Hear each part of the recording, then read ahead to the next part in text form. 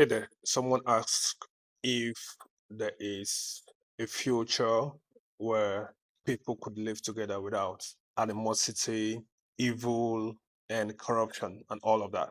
And I thought it wise to attempt the question. So we need to understand that evil is not something that is independent of its own. Evil does not exist without good. There has to be good, then evil can exist. Evil does not exist on its own because evil is a corruption of good. In that sense, without us agreeing to what we call good, there can't be the existence of evil. So when we have a standard that if you do this, it's considered good. If you do this, it's considered good. That singular agreement, until it is corrupted, there is no evil. So, from my perspective, it is not that we have evil that is the problem. The problem is our poor management of all that we constitute evil. For instance, humanity suffer simply because of poor management of gap, or we say greed, agenda, possessions, positions, profits, and power. So the problem here is not because there is greed. It's not because there is agenda. It's not because there's possessions. It's not because we have profits. It's not because we have positions. The problem here is our poor management of gap. So the human problem actually is not about our adversity, that which we have, that we share. It's about our collective unthinking and unreason, or lack of intentionality towards resolving what the problem is. The human problem is greatly linked to leadership than followership. Human problem is not about scarcity, it's about poor management of abundance. So, a future where you don't have evil, you don't have corruption, and all of that, is it possible? Possibly. But the question is, who are the humans that will be living in that future?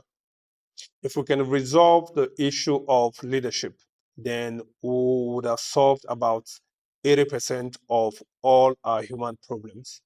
So, until we understand that leadership is not about the rule over others, leadership is about the ability to influence your mind towards your heart.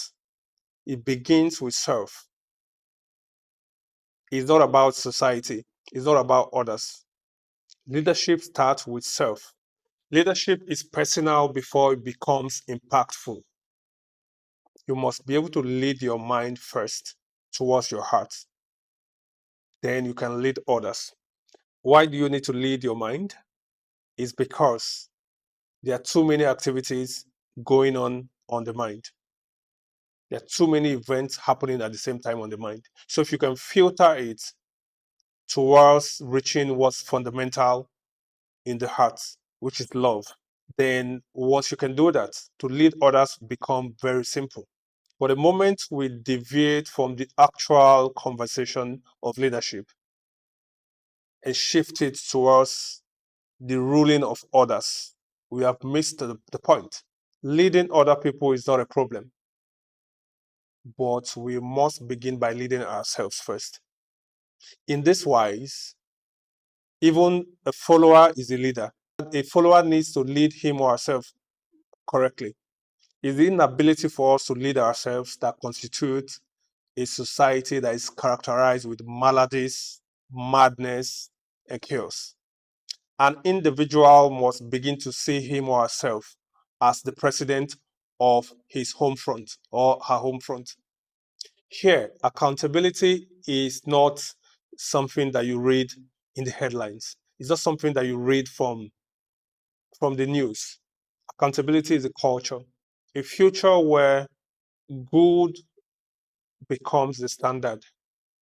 That future must have a past, a present sense of accountability. it must have a culture of accountability. It must have a culture of understanding. So, is a future an all good society? Is it possible? It is. But who is going to live in that society? Who's going to live in that future? Is it the people with a mindset of the past? If that's the people, it's not possible. But if it's going to be the people that have the mind of the future. The mind of the future is that we must embrace accountability. We must take leadership serious. If it's people who consider leadership as personal and not others, leadership is a culture and not a type of governance, then that type of future is possible because every individual that make up the society are leaders. They lead themselves well. And because they lead themselves, by extension, they're able to lead others well. Here, teamwork is not for work. Teamwork is a culture, is a standard. That type of future, I think that an all good society is possible. That's how I see it. So let's embrace the culture of accountability and leadership, the ability to lead, influence your mind towards your heart.